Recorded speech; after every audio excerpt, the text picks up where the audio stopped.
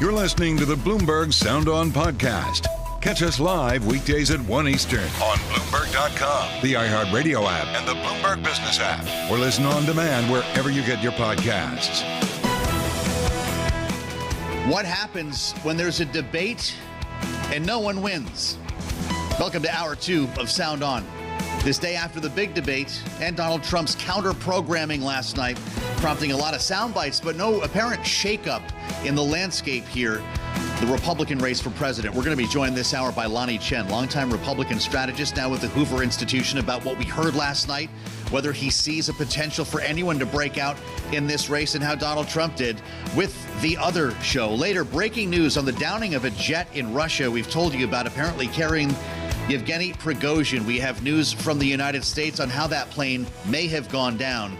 With a lot to cover this hour, let's start on Wall Street. Charlie Pellet has our update on trading for us, as always. Hey, Charlie. Hi, thank you very much, Joe Mathieu. All right, Charlie, thank you. Welcome to Hour 2 of Sound On. I'm Joe Mathieu in Washington, joined at the table now by our friend Kayleigh Lines, who is still resting up after a night of 3 hours of programming, essentially, between the debate and the interview. And boy, we've got a lot to come yet today with our eyes on Fulton County in Georgia. It's August, but it never stops. No, multiple things to pay attention to at once. Last night being the X interview between Trump and Tucker, as well as the first primary debate. And then today, the aftermath of the debate, we're all trying to assess whether any needles actually were moved by the conversation that happened on stage in Milwaukee. At the same time, we also have our eyes on Trump's airplane to see when it's going to travel from New Jersey down to Georgia, so that he can show up at the jail in Fulton County. That was really good with the X. You just went right to X. There's no more Twitter for you. I don't know. I feel like I fluctuate. Yeah. But it said Tucker on X. I think that helps he had a me whole mentally logo understand last that night. it is now X. Yeah. Elon Musk was clearly embracing this whole thing. We're going to talk to Lanhee Chen, who's with us here at the table as well today. A longtime Republican strategist, helped to advise the Romney campaign, the Marco Rubio campaign in 2016. We were just talking to Nikki Haley about that. Remember that big endorsement? I bet you do. Welcome back. It's wonderful to see you. It's great to be back. I want to bring you back to a moment last night that you may have had a hard time finding to begin with or remembering, because the governor of Florida did speak. So we want to start on this with a show of hands. Do you believe in human behavior is causing climate change? Raise your hand if you do. Look, we're not school children. Let's have the debate. I mean, I'm happy to take it to start. Alexander, so do you want to raise your hand? That was actually one of probably his better moments last night, where he tried to seize the debate, try to get the microphone. The Trump team, Lanhee, said that he had a cameo, and they thought they'd hear a little more from him last night. The whole idea was this was going to be a pile-on Ron, but some folks who might maybe watch a 10 or 20 minute chunk didn't even hear from him. Did he let you down? What was the strategy? I mean, look, the strategy probably for him was to survive, honestly, because I also thought it was going to be a pile on. The fact that it wasn't makes it a win for him, because he doesn't come out of the debate any worse, in my view. There are a lot of people who are in the donor community, who are in the establishment, sort of thought leader, whatever you want to call it, the establishment community, who had their doubts about Ron DeSantis going into last night. And I don't think that he did anything to make those doubts worse. Let's put it that way. So in that sense, I think you have to view that as a win. Now, could he have been more forceful? Could he have been involved in more conversations? Perhaps. But I think if you look at the overall trajectory of that campaign, it could have been a lot worse, right? Yeah. And if everybody had come after him and he was sort of parrying things, it could have been worse, I think. Well, who they decided to go after ultimately, and who commanded a lot of the oxygen and attention, was Vivek Ramaswamy, who has been polling in third. Even if DeSantis didn't do anything to make it materially worse, in absence of making it materially better, did he just perhaps sacrifice the number 2 position? Do you think we could see someone like Vivek overtaking him in the not-so-distant future? I think what Vivek did was to reinforce the concept that he's a very good communicator. He's very good in those situations. But I think he's got a ceiling. And I think if you look at a couple of focus groups were done right after the debate by various media networks. And I think what was conveyed in those focus groups is what a lot of people are thinking, which is he seems like a nice communicator. He seems, slick, but he's too young. He's not experienced enough. I do think that those attacks, while they seemed a little bit hackneyed at the time, do speak to his principal problem, which is that there's only so much of the electorate that's available to him in a Republican primary. And he's going to hit that ceiling. And that's pretty much going to be it, in my view. So you're right. He drove a lot of attention. He may even be at the center of the stage for the next debate at the Reagan Library in California. But I don't think it makes him any more likely to be the nominee. So this was a stock that popped after hours. That may have already to use a topical analogy. Yeah. But I mean, look, we could look. That's the way these things work, though. When you look back at the 2016 campaign, everybody got a night or a month. Yeah. And then there was no follow-on. Ask Chris Christie. That actually could have been the high watermark for Mr. Ramaswamy, no? Yeah, very well could have been. And what I saw last night, was how much disdain, just raw disdain there was for him from the other candidates. How about that? Look at the way that Nikki Haley engaged him, the way that Mike Pence engaged him, Chris Christie. Everybody took their shots at Vivek because I think the idea that he's up there with them, they find to be kind of fundamentally offensive in some ways, right? And they were not afraid to let that emotion show when they went after him. You remember the moment, Haley, when he said Donald Trump, I believe, was the greatest president of the 21st century. Then why would you run against him? I can't answer that in my head. Well, I think this is the question we have frankly been continually asking, is that Trump is the opponent of all of these individuals, and yet most of them, in the absence of Asa Hutchinson and Chris Christie, for example, have been very reluctant to speak out against him, and in some cases have actually outright defended him. How long can they keep that up if realistically they need to get through him to get to the nomination? Well, I mean, that's exactly the right question, because the way this primary has set up, I have always felt if you want to take out the king, you need to take out the king. You cannot use proxies. You cannot go sideways. You have to come directly at him. And no one really has been willing to do that in a sustained way, or certainly in a way that would impact the likelihood that he's the nominee. And so what you're left with is this inalterable conclusion that last night, while entertaining for some, did not move the needle for anybody else. This is still Donald Trump's nominating contest. I think the poll numbers will reflect, broadly speaking, a bump for Nikki Haley. So she's going to go from maybe 2% to 4% or 5%.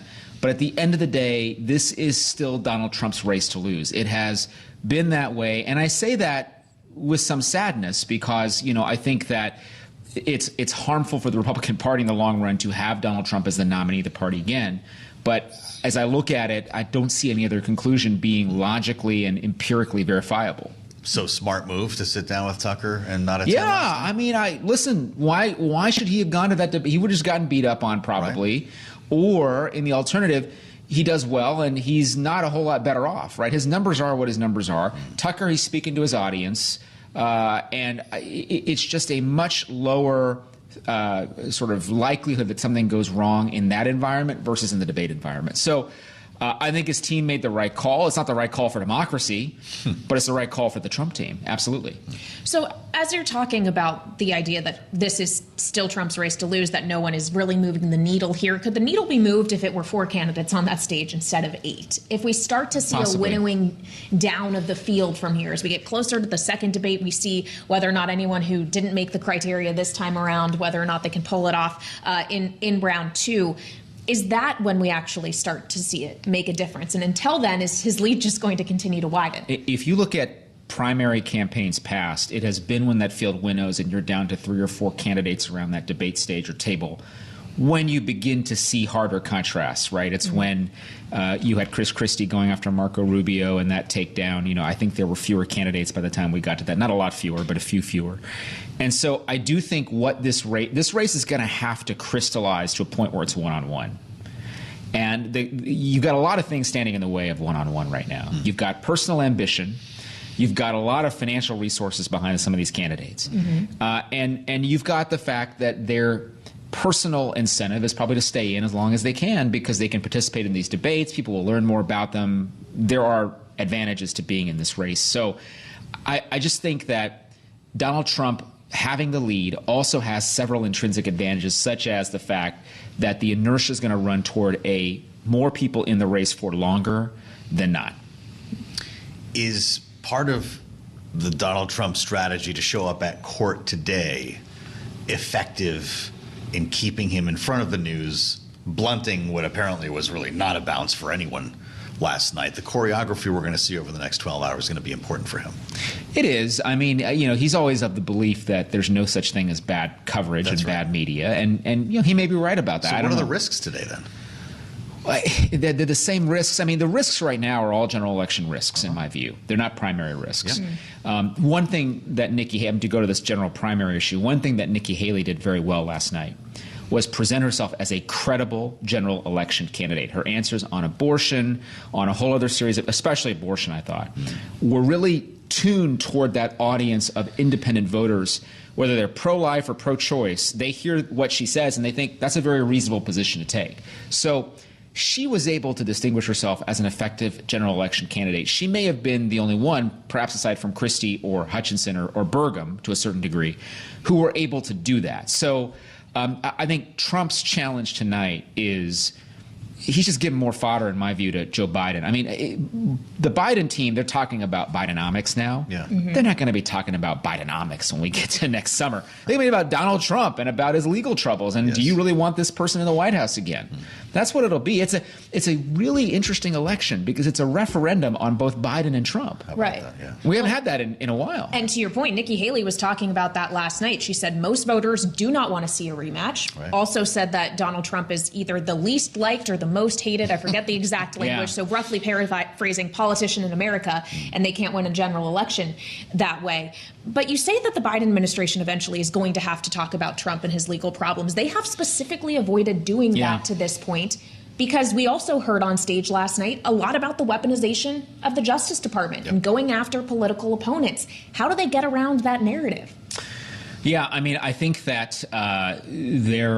some of it is they're just going to have to take their lumps on it, because at the end of the day, the attack on Trump is probably more effective than the notion that, we'd have to see numbers to really support this, but my instinct just says, if you've got this whole range of stuff on Trump, and so much of it hinges on his legal difficulties, separate and apart from the federal case, you've got all these state cases as well. Right. There's enough material there to use that they probably ought to use it, and I think they will use it. And again, I think the challenge with making the economic argument, which I know they want to make, is it does fly in the face a little bit of where people are in terms of how they feel about the economy. And if you look at all the survey research, there was a poll done by Quinnipiac University, there's another poll done recently, that just shows, particularly amongst African Americans and Hispanics, a deep disaffection with economics right now, with the condition of the economy.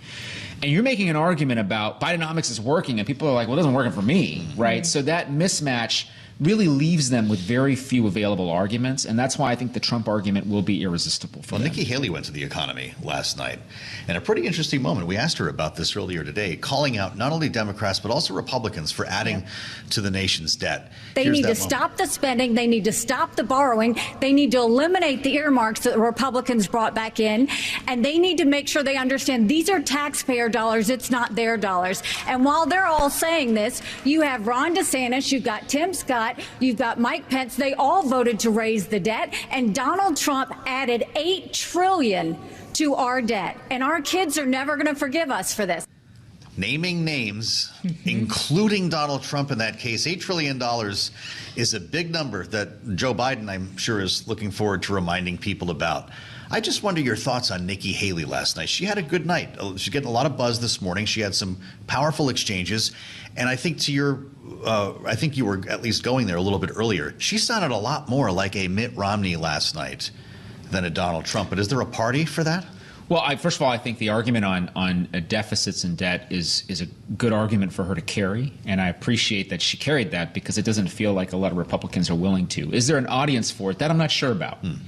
I think within the Republican Party, there is certainly an audience for it. It is a smaller audience today than 10 years ago. 10 years ago, deficits and debt, when I worked on Mitt Romney's 2012 effort, I will tell you that was always one of our top polling issues, that people were deeply concerned. This was coming out of the Tea Party movement of 2010, 2011, Obamacare, all that other stuff. There was a lot of interest in deficit and debt. Now I'm not so sure, but what she is showing is that she's trying in some ways to unite the tribes here. She's trying to say, listen, if you like the America First stuff, I was part of that administration. I did that. If you like the fiscal conservative, that's me. I'm telling you about deficit and debt. If you like the social conservative, I'm just socially conservative enough. I'm pro-life, but I do believe in states having some measure of control over things. I think she was trying to be the unite the tribes candidate. And if you think about the numbers in this primary, there are probably 65% of people out there in the Republican primary who don't want Donald Trump to be the nominee. So if you can unite those tribes, she was making. Exactly. How about it? Lonnie, great to have you. Thanks for having me. To talk to us. Lanhee Chen with us on Sound On. You're listening to the Bloomberg Sound On podcast. Catch the program live weekdays at 1 Eastern on Bloomberg Radio, the TuneIn app, Bloomberg.com, and the Bloomberg Business app. You can also listen live on Amazon Alexa from our flagship New York station. Just say, Alexa, play Bloomberg 1130. The former Republican governor of South Carolina, of course, our former ambassador to the UN, who had a big night on the debate stage, getting a lot more attention this day than she was even yesterday. But can she keep the momentum going? Let's assemble our panel. Our signature panel is here with more after the big night. That would, of course, be Bloomberg Politics contributors Jeanne, Zaino, and Rick Davis. Great to have both of you here, guys. Rick, I'll start with you after this big conversation for the Republican Party last night. Your initial reaction to Nikki Haley. She had a big night here sparring with Vivek Ramaswamy, any number of others, and even called out Donald Trump and members of her own party. Was this a good performance? Did she win the night? Well, she certainly executed on her plan, and I think we were all surprised by that plan. And by the way, kudos for getting her on an interview today. I think, we learned a little bit about her views on Social Security, which actually seemed to track more the Mike Pence view than most of the people that were on the stage last night. But look, she turned out to be the anti-Trump elixir for the stage. She did more along the lines that we thought Chris Christie would do, which is really take it to Trump, the administration, contrast her views on everything from economic issues to trade to national security. And really got into it with Vivek Ramaswamy in a way that, kudos to her for standing up for her principles. So I think she was a standout last night. I'm not sure how much demand there is for that kind of point of view within the Republican Party. If she is the last person standing against Donald Trump, I think it might be an interesting race. Would love your take on this as well, Jeanne, Zaino. Here's the moment that Nikki Haley jumped out of the box to go at it with Vivek Ramaswamy on foreign affairs. You've been pushing this lie all week, Nikki. You want to go and defund Israel? You want to okay, let me address that. I'm glad you brought that up. I'm going to address each of those right now. This is the false lies of a professional politician. There you have it. Your watch, so the reality make America less safe. You have no foreign policy experience, and it shows. And you know what? The foreign policy experience that you all have shows in the pointless wars we've gotten into. I have to address that. So our relationship with Israel will never be stronger than by the end of my first term. But it's not a client relationship. It is a friendship. You have no foreign policy experience, and it shows, she said. Jeanne, how did Nikki Haley do last night?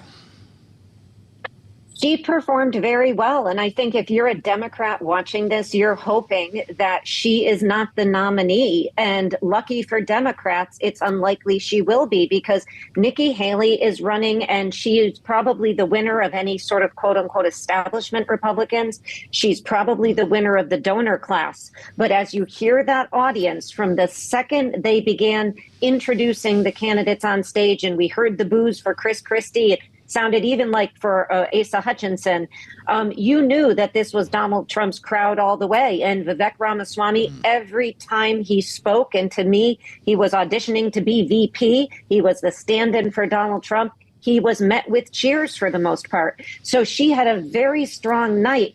I'm just not sure there's an audience for it in the Republican Party that was sitting in that audience and that is going to be voting in these primaries. And that's the problem for the Republican Party.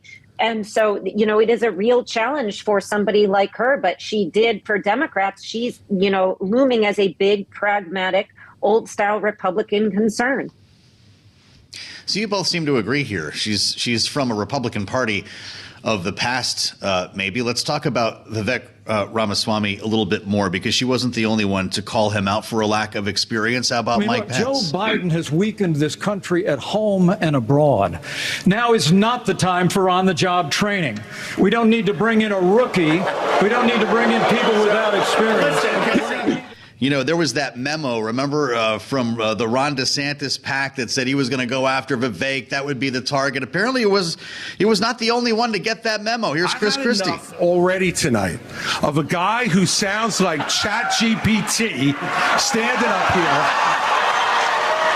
And the last person in one of these debates, Brett, who stood in the middle of the stage and said, "What's a skinny guy with an odd last name doing up here?" was Barack Obama, and I'm afraid we're dealing with the same type of amateur standing on stage tonight. Come over and give me a hug. Amateur. Give me a hug just like you did to Obama. The same type of amateur. And you'll help elect me just like you did to Obama, too.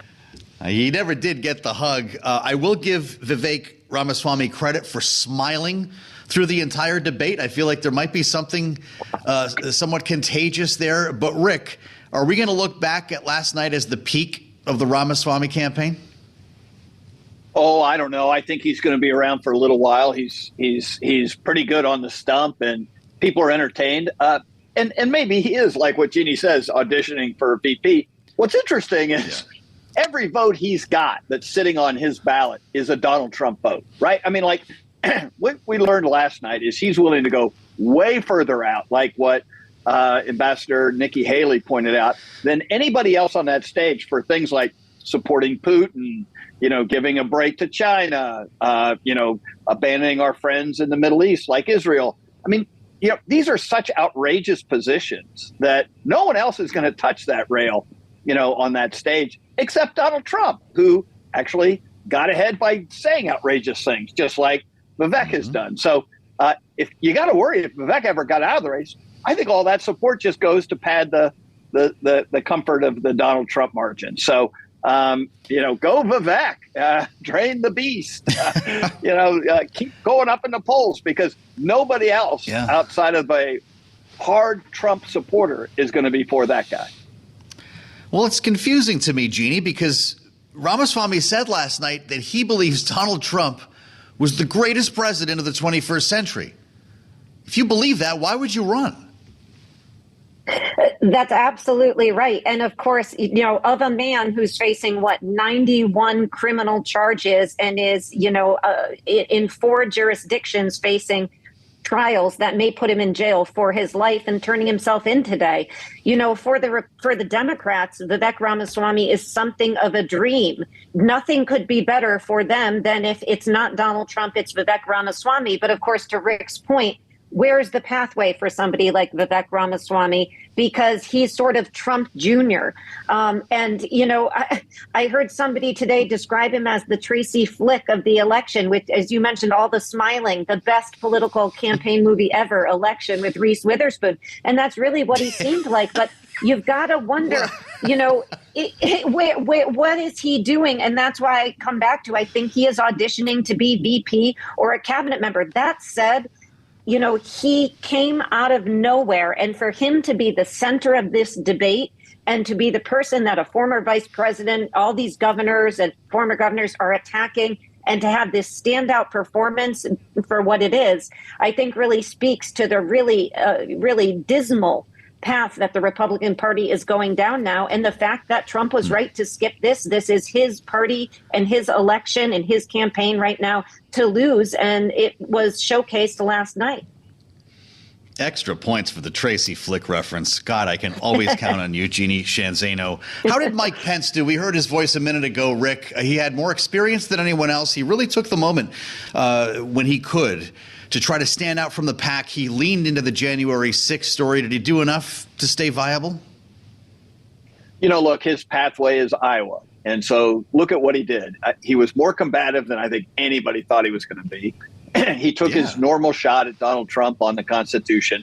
And he talked a lot about scripture and his faith, which is a good road to hoe if you're trying to win a caucus in Iowa. So I'm not sure how much of that's going to sell in New Hampshire. But he's a one-state candidate, and he worked it hard last night. I'd say he did pretty well, much better than I thought he could. He has very high negatives within Republican caucus goers in Iowa. So the question is, did he overcome some of that negativity? It's not a neutral position on him. Republicans in Iowa don't like him, and so he's going to have to do what he can to overcome that. And I think he made some progress last night. We'll see how he does, I guess, in the second debate. But you know whose name I have not mentioned yet. He was supposed to be the star last night. He came in with a very different strategy than I think some expected. The governor of Florida, who the Trump team suggests played a cameo at best in the debate last night. But when he spoke, he didn't seem like he was terribly involved in the rest of the debate, almost as if there was media training. Maybe you guys can weigh in on this to say, hey, no one watches these things. We need capturable content for social media. Don't worry about what comes before or after your opportunity to speak. This economy, it was a mistake. It should have never happened. And in Florida, we led the country out of lockdown. We kept our state free and open. And I can tell you this, as your president, I will never let the deep state bureaucrats lock you down. You don't take somebody like Fauci and coddle him. You bring Fauci in, you sit him down, and you say, Anthony, you are fired. Interesting, because I thought that was Donald Trump's line, you're fired, but he went there. A lot of uncomfortable smiles last night. He was frozen at one point in the camera. Rick Davis, how did Ron DeSantis do? Well, I'm afraid my old friend, Brett O'Donnell, who gave debate advice to John McCain and virtually every presidential campaign since then, had his work cut out for him, because who looked more uncomfortable on that stage than what was supposed to be the guy everybody wanted? So, look, I mean, maybe he just doesn't have it in him. But as you pointed out, he just kind of ignored what was going on, didn't care what question was asked of him, didn't interact with anybody else, didn't create a moment where he did anything other than his normal talking points. So if he thinks he's on the comeback trail with that performance, he's on the wrong path. Well, that's not good, Jeanne. This was supposed to be the night that he reversed the slide. You know, he's doing the big campaign reset or something like that. Is there something to his approach? It was certainly clippable for Instagram and Twitter. Or did he lose ground last night? Yeah, it was clippable for Trump's campaign. Certainly. I don't know about DeSantis' campaign. You know, quite frankly, Joe, you're like a half hour into the show and you're just mentioning him now. And that's pretty much the reality of DeSantis. Was he even on that stage? I kept wondering, did he think he was like Donald Trump, up 50 points, 40 points, and he could just not show up? Because quite frankly, it was like he wasn't even there, and he was center stage. He was upstaged. He did not take many opportunities, if any. He looked uncomfortable. He said things about Fauci, and, let's remember the pandemic for Republican voters in the primary right at this point doesn't matter. And Fauci already retired. So why is he talking about him? It was a mind-boggling sort of strategy, if there was one. He didn't execute. But this is how he was in the gubernatorial debates as well. He is not a good debater. He's not a good retail politician. I don't know what his path is forward, but I can't imagine you're a big money donor and you're thinking, that's the guy for me. I can't imagine it. I think it was a really poor performance. So what happens after a night like that, Rick? Jeanne just mentioned the donors. What's his campaign doing now? They can't think that went well. Well, I'll ask you the same thing I guess I did about Ramaswamy. Do we look back at last night as, kind of the beginning of the end, or has that already happened? Look, I think that he's already slid 30 points from his ballot in February, right? So, what more is left? And the reality is, too, if people are looking for an option for Donald Trump and they're in that cohort where they may be sitting on Trump's ballot, right? How do we get people off of Trump and onto another candidate? I'd say Ramaswamy kind of made his case last night. You think Donald Trump's crazy and going to do these insane things around the world? Pick me. I'll even be more crazy and do more insane things around the world. I mean, he actually played a completely different deck of cards and I think got away with it. So I doubt if there's going to be very many Trump voters shopping for the DeSantis, you're a better option for me. I think they're going full crazy and may start, moving over to Ramaswamy and seeing whether or not he's the real deal. It doesn't really make a bit of difference to the rest of the field because they're not competing with the same voters. Ramaswamy's not going to take a single ballot away from Tim Scott or Nikki Haley or any of the other candidates. Well, we've got a lot more to talk about, including the man who was not in the room last night. Donald Trump sat down with Tucker Carlson, did a polished, edited interview that covered a lot of ground, from Jeffrey Epstein to civil war. And this is the day he's expected to show up in Fulton County to surrender. So we're about to shift our attention back to Donald Trump's legal issues. We'll talk about it next with Rick and Jeanne, only here on Sound On. You're listening to the Bloomberg Sound On podcast. Catch us live weekdays at 1 Eastern on Bloomberg.com, the iHeartRadio app, and the Bloomberg Business app. Or listen on demand wherever you get your podcasts. Of course, it wasn't just the debate last night. We also had the split screen with Donald Trump, the far and beyond front runner in this contest, sitting for an interview with Tucker Carlson because, you know, he figured with his polling numbers, he had no interest in going to that debate. He was bigger than it. Polls have come out, and I'm leading by 50 and 60 points. And, you know, some of them are at 1 and 0 and 2. And I'm saying, do I sit there for an hour or 2 hours, whatever it's going to be, and get harassed by people that shouldn't even be running for president? Should I be doing that? So no show, and they talked about a lot of stuff beyond the debate with Tucker Carlson. It's about 45 minutes long, I guess. They got into whether Jeffrey Epstein was murdered. They got into whether we're heading for a civil war. Sort of a bizarre conversation, as the president did his best to appear bigger than the debate last night, which members of the Trump team called the undercard. Let's reassemble our panel. Rick Davis and Jeanne, Zaino, Bloomberg Politics contributors. I don't know if you watched it, Jeanne. Maybe you have to get back there and add to the views on Twitter or X or whatever we call it. But in retrospect, having seen the debate, was that actually the smart move from Donald Trump, or did he miss an opportunity?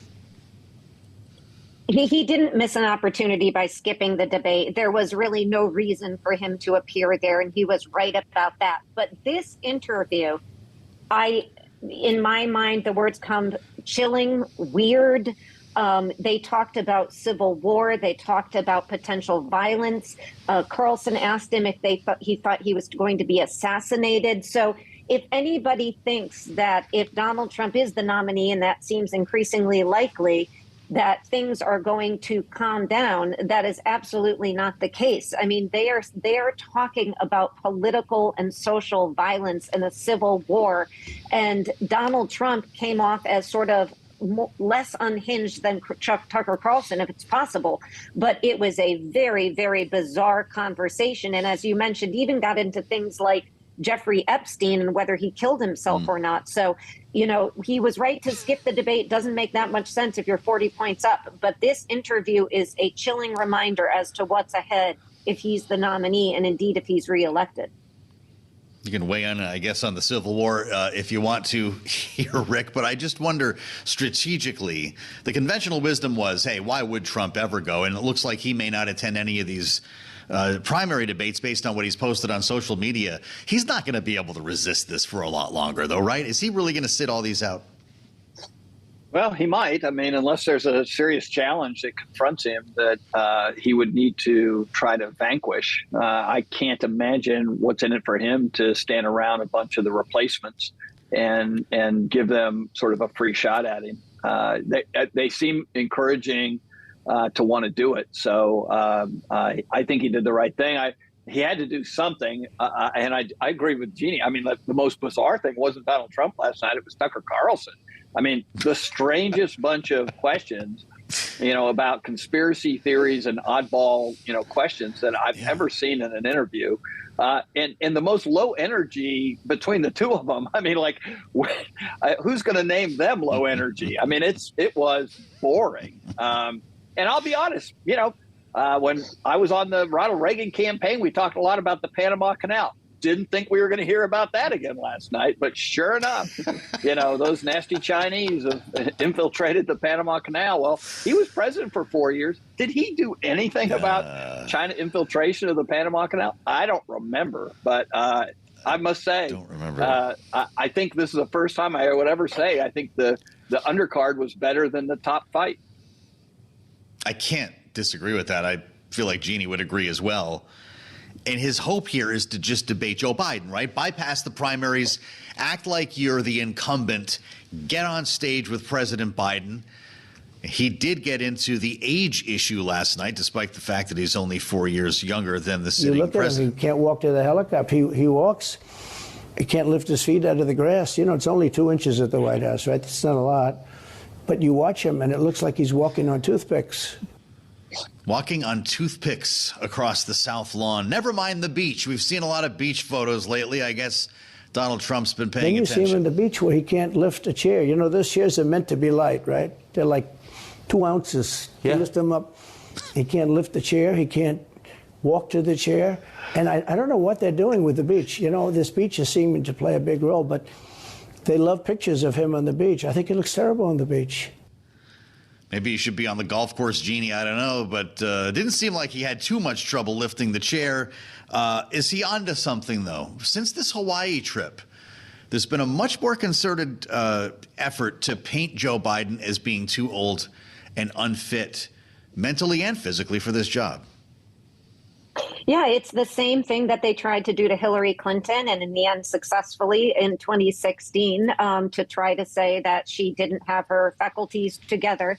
And they're trying to do it with Joe Biden. And you know, as you looked at the conservative media post that Hawaii trip, there was a lot of those memes and videos about him sleeping. Well, he wasn't sleeping. He was swallowing. He was putting his head down during a very tough discussion about all the people who had, suffered during the fires and the victims. So, there is an awful lot of that going down. But I have to say, I was surprised even for Donald Trump to go there because, of course, today, when he turns himself in, they may release his weight.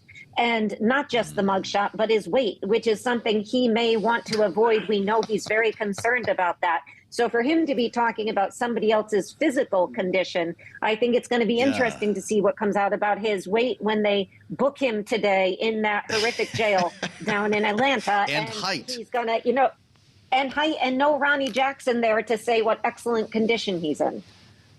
Well, that's true. They did the fake mugshot, right? Didn't they put a false weight on there?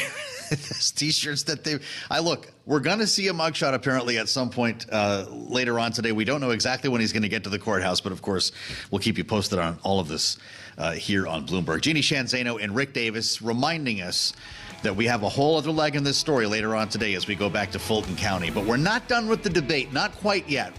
Some final thoughts from our panel straight ahead on who was locked out of the spin room last night, and they're still complaining about it. It's the fastest show in politics. The day after the debate, the day of the surrender. I'm Joe Mathieu in Washington. Glad you're with us. It's Bloomberg.